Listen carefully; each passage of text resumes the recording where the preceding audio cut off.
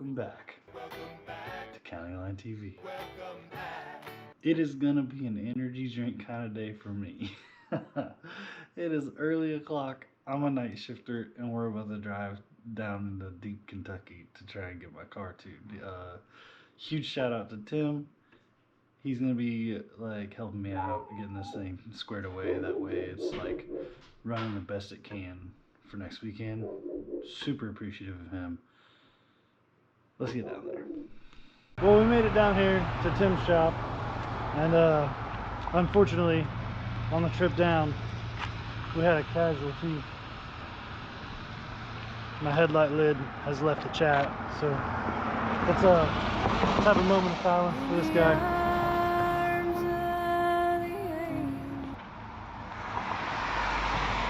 Rip to that guy. I'm gonna get back in the car. It's raining. All right, listen. So I was like loading my brain with brain things, and I forgot that I owned cameras, so I forgot to vlog any of us getting my car straightened out. But I will note a few things. The bellows between my intake and my like intake pipe thing were crushed, so I stole a screwdriver. Rip. I'll bring it back. So those bellows were crushed, so the car wasn't able to get any air, so that was a big problem. Replaced that. I actually stole Lucas's, and then I ordered him a new one. But this car's driving by, it's probably great for vlogging. But that was a big thing, is that the car wasn't getting any air. And then there was also a few other things that were like in the tune that were like different than they really needed to be. So we changed all that to where it's proper, and like all the things that make it pick what amount of fuel goes in with what amount of air is coming in are right now, and the car feels amazing. I will record a pull for you guys just as soon as I leave here. Hopefully it's not dark, and if I'm thinking about it, I'll data log the pull for you too. That way you can see the difference. Matter of fact, I'll put up on the screen here in a second the difference between the data log before, when it wasn't getting air, and the data log now with the current situations going on in the car, and you'll see like just how much happier the tune looks. So I will see you guys whenever I go to leave here. We are 2 days after the last bit of video you probably just saw, when I told you I was going to do a pull. As promised, I'm going to go do a pull. I'm going to do the exact same thing that I did in one of my prior videos when I was doing pulls in this car. That way I can like side by side the videos, and you can see like just how much faster this car gets to the top of second gear. But I am gonna wait for my neighbor to pull out first.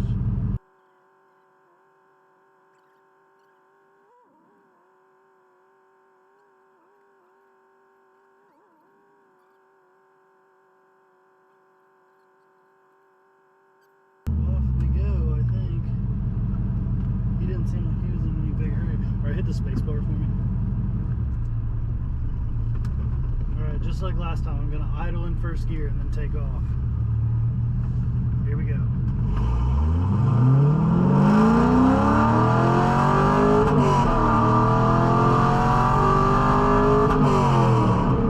Woo! This girl is spicy now.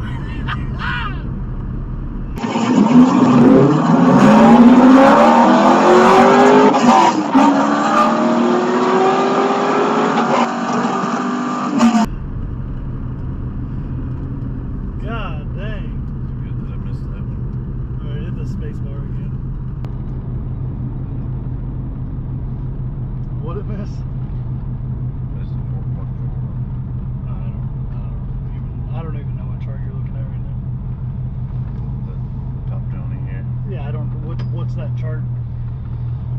Engine speed sensor. Oh, it's probably just out of range. That probably only goes to 6,000. I revved it out to 63. Oh, I forgot to turn the AC off. Rip. That was an AC on pull too. I don't think it affects anything too incredibly, but it does put a slight extra strain on the engine, so whatever. But that's the end of that. this video, if I end it right here, is going to be very, very short. So I'm actually going to go ahead and continue this on with what we're about to do today. So enjoy whatever you see next, because I don't know what I'm going to do next yet.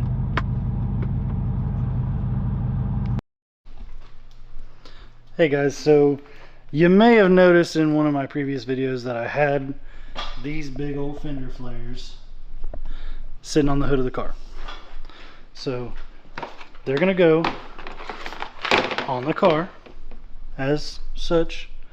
They're gonna need some trimming and stuff, but we're gonna put them on. And then also the fact that this part of the fender is so curved, we're gonna have to like bolt them down and then use a heat gun to sort of form it around as we go. I couldn't see the screen, so I'm hoping you guys saw what I was trying to get across to you. Anyway, I'm gonna start popping holes. I'm kind of just fingering my way through this. I've never done like a Fender Flare install before, I don't think. So this is gonna be new to me, and I have like an idea of how I want to do it, but I'm gonna bring you guys along the way while I figure it out for myself. So I've got this like Downstar style fancy hardware stuff that I'm going to use because it fits, as you can see there, ever so perfectly in these slots. And I'm just going to drill holes in the Fender Flare first, in all the holes, even though the bottom one on each side probably won't get used, but whatever. Where's my drill? Got my drill. Got some drill bits. Got to find out what's going to allow an M6 to go through and what fits through here. I'm going to go with what fits through here. That'll be easier. So that just barely fits. This fits easy, but is it big enough for an M6? That's debatable. I don't necessarily know. We're going to start with this one and see how it goes.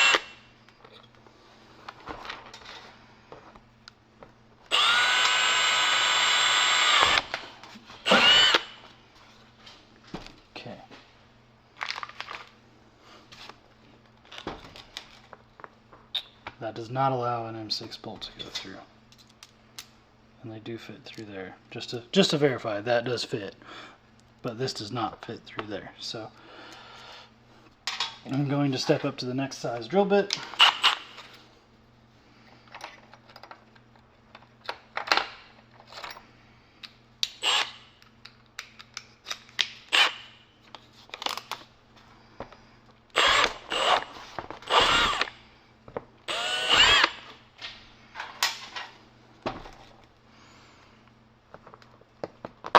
That does fit pretty tight too, which is, I mean, honestly exactly what you want. So now that I know that, I'm just gonna bust the rest of these holes out. I'll pick you guys up after. So now what I'm gonna do is hold this Fender Flare up, find out where exactly I want it, and then sort of just roll it back so that the flat sides are touching, pop my holes in, and then get those bolted up, grab the heat gun and start working my way down. I'm going to need an extra set of hands for the first two, and then after that I should be able to do it by myself. So I'm going to ask my lovely assistant here to come give me a hand. Talk to my union. Give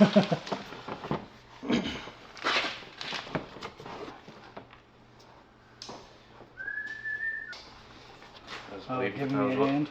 Yeah, I was waiting for the pun and you just all over. Just pop through those two holes. Pop through those two holes. Yep. Never thought I'd get to drill in a Corvette, and I can't say I'm disappointed about it.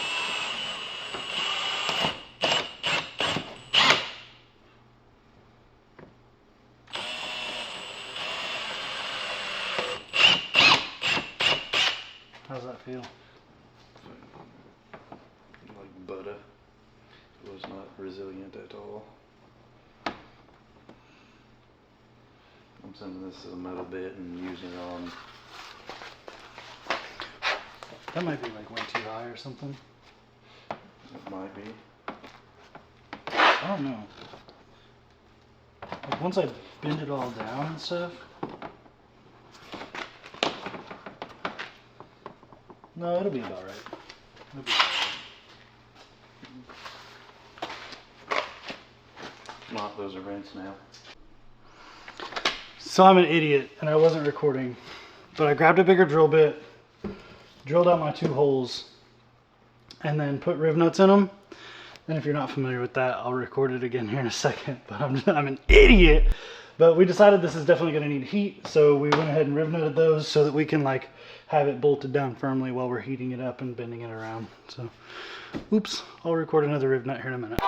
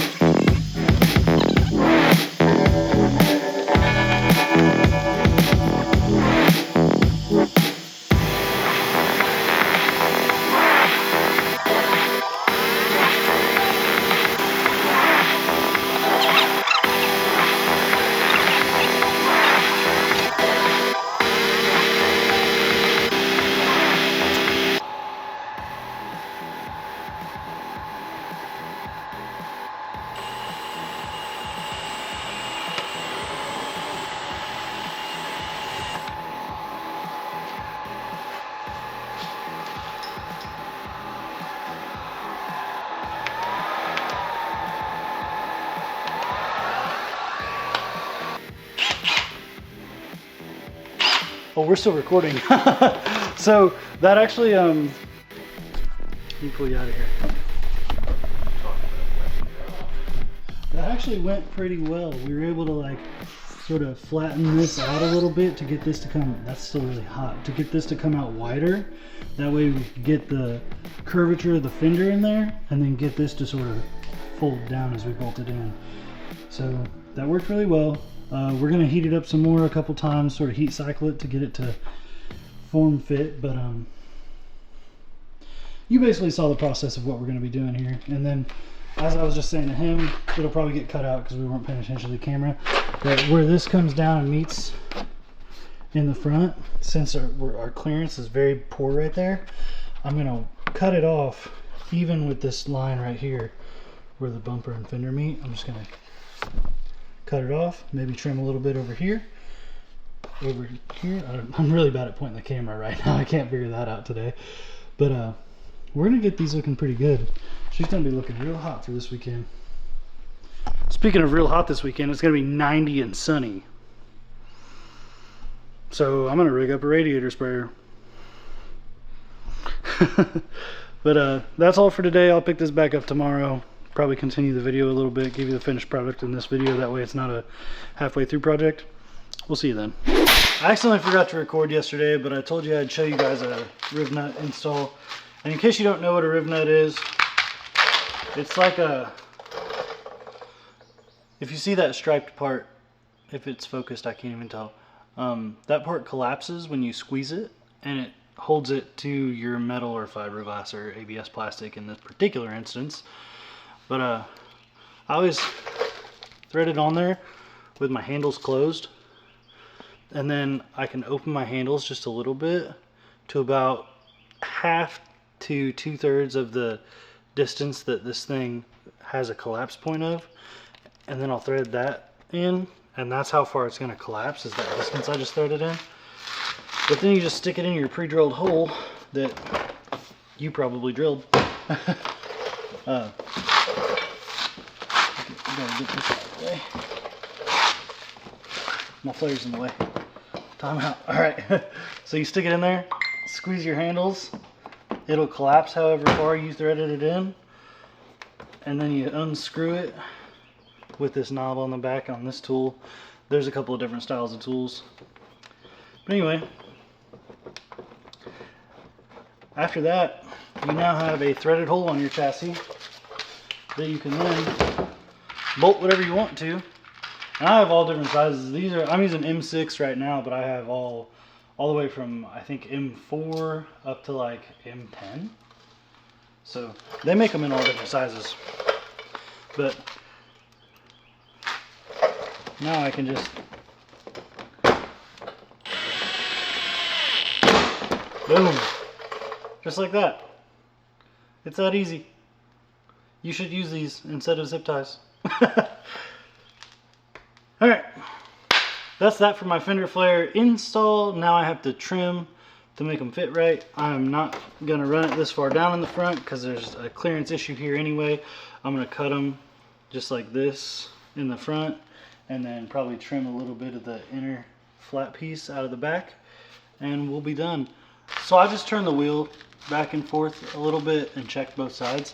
And I'm actually not hitting in the front or the back of these flares, but I don't like how far down they go in the front. I think it looks a little funny going down that far, so I'm going to cut the fronts anyway. I'll leave the backs, but I'll bring some cutting utensils to the track in case this motion on the car causes it to hit. So we're going to go ahead and hook up this angle grinder here to where... Oh, rip. I may not have enough extension cord over there. Time out. Listen, I thought I was getting okay at YouTubing.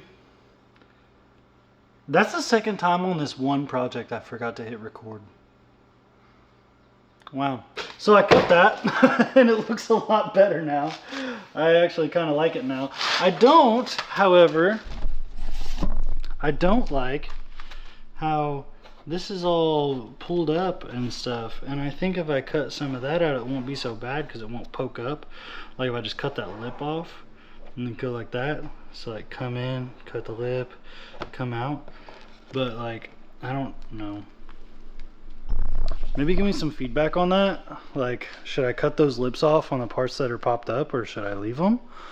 I don't know. Which I can remove this because it's bolted on. It's not like riveted on or anything. I can remove it, cut those, and put it back on, and maybe it'll look better. This side's even a little worse. This side has some real bad lippy guys. Look at that, sticking a finger under there. Not too happy about that. But other than that, I mean, looks pretty good. Oh, I can record me cutting this side. Day saved. This tape isn't necessary to like keep anything from fraying or anything like that. It's just there to give me like a line to cut to. That way I don't just go wherever I want.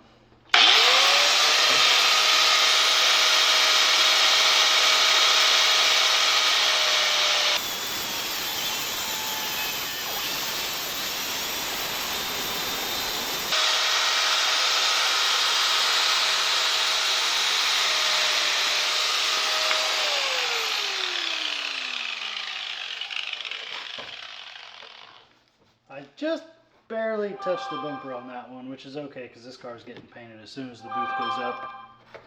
Ignore my phone, just giving it a rip over there. Oh!